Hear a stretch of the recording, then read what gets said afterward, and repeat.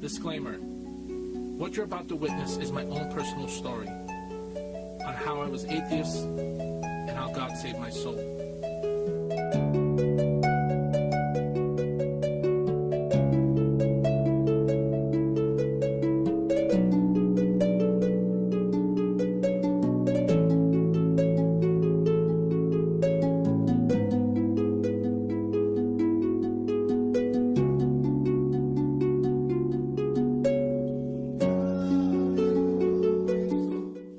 There's no add-ons, no exaggerations.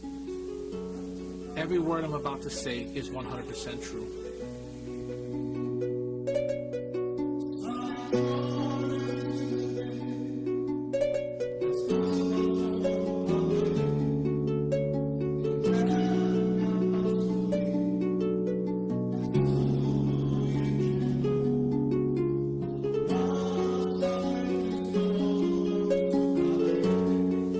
This is my journey on the fight of the flesh, carnality, the devil, and church politics.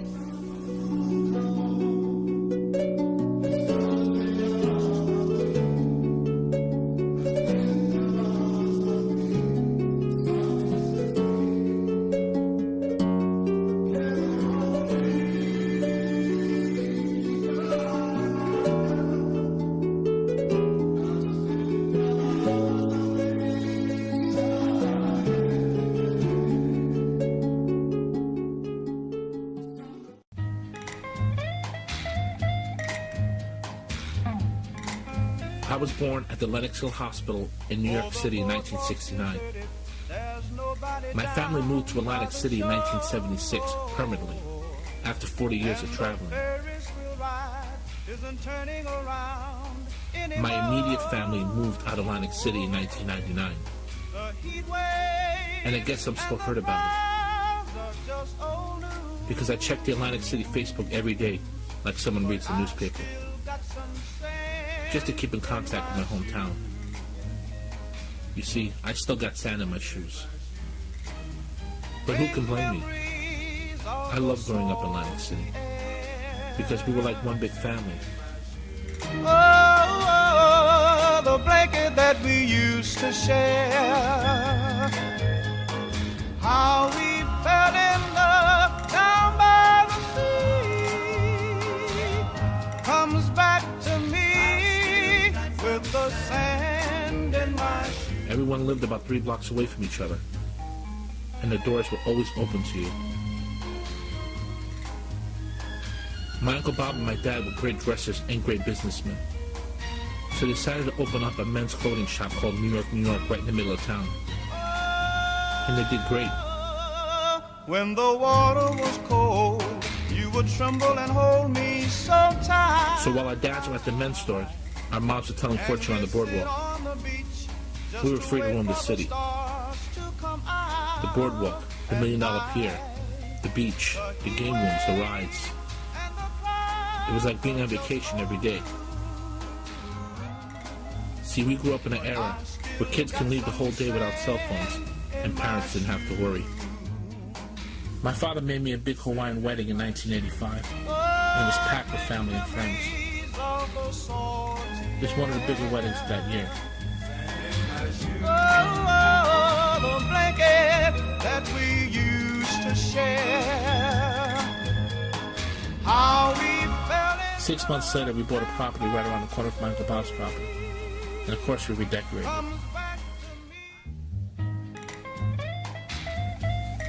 The parties we would make, the barbecues. What the Mitchell crowd is doing is out of the world on the golf course. CBS, the best. Eating, drinking, golf course. Got nothing but hot. Thanksgiving. And the Ferris wheel ride isn't turning around anymore. Christmas. The heat wave and the crowds are just old news. New Year's. But I still got some sand in my shoes. It's funny. When I was young, I couldn't wait to leave those parties. But not give anything to go back. My grandfather Diamond Jim, my uncle Mickey Doo, and my father Mikey Doo had made a reputation for themselves on being the bosses, living the high life, eating the best, drinking the best, VIPs at any casino or nightclub in town. So one day me and my cousin decided it was our turn to show AC what we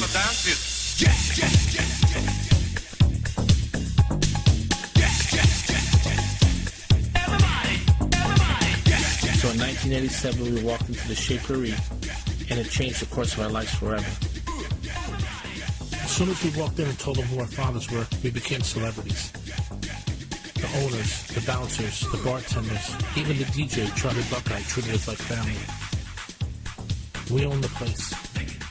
Even on the 4th of July with 200 people online to get in, they would take us to the side door. We said who to let in and who to kick out, which was very rare, because no one messed with us. We were 25 guys at the bar buying drinks for the whole club. And even if someone did try to start with us, we would just say, forget about that fight.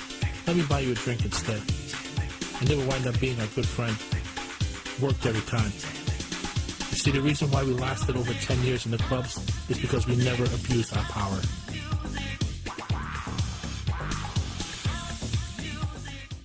As far as religion goes, we were the average non-practicing Catholics who would bribe the Catholic priests with a love offering to baptize our kids, even though we never attended the church and never had no intentions on going back. Except for Palm Sunday, so we can gather a few palm leaves that were made into crosses, so our mothers can put in the office next to their statue of St. Anthony. This is stuff that Christians hate. Christians hate being here. For the simple reason is they only believe in Jesus Christ. Aren't you a Christian? I am. Well, not today. I'm a Catholic today, but the other 300 days out of the year I'm a Christian. Bomanas, Slavas, and of course the mother of all religious days, St. Anne. We kept them perfectly by eating and drinking and having house parties into the wee hours of the night. As long as we had a picture of St. Anne and a candle on the table, we were honoring her holy name.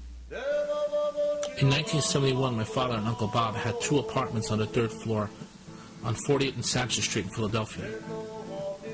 The weather was so cold outside, the entire building had their heat up to 90 degrees, which caused the whole building to burst into a 4-alarm fire. With no escape, our families had to climb out the window and stay on the ledge until someone helped. My father seen a man who looked 10 feet tall wearing a long raincoat. He screamed to him, quickly, throw the baby. In a panic, my father tossed me. The man grabbed me and put me to safety. After the firemen helped the rest of the family off the ledge and onto the streets, my father asked, where's the tall man with the long raincoat who saved my son? The fireman and the witness had no idea what he was talking about. He vanished in the thin air.